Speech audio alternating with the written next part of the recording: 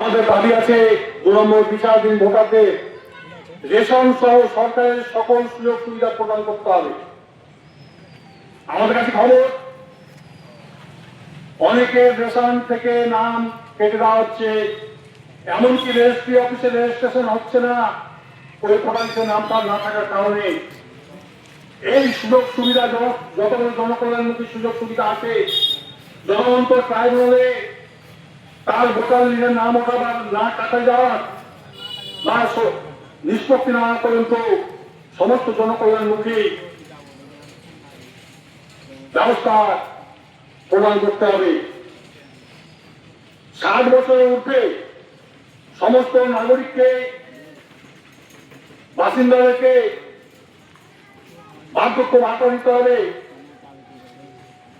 এরকম মানবিক কারণটা হচ্ছে অনেক পরিবারের মা বাবা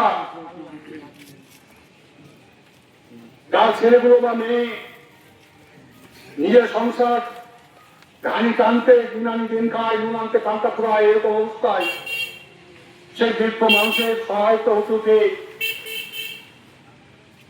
যে 60 বছর হলে তার বাধ্যবাধকতা পাবে।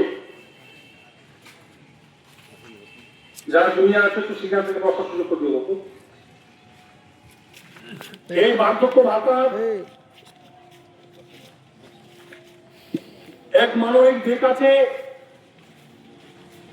তৎকালীন প্রধানমন্ত্রী যুবদের আইকন, যুব প্রধানমন্ত্রী এলাকার কর্মসূচিতে যাচ্ছেন, পথের ধারে গাছের নিচে এক ভদ্র মহিলা, বুড়ি মা, বৃদ্ধ মহিলা বসে আছেন। রাজীব গান্ধী নিজের সন্ময় থেকে গাড়ি থেকে দেখতে পাচ্ছেন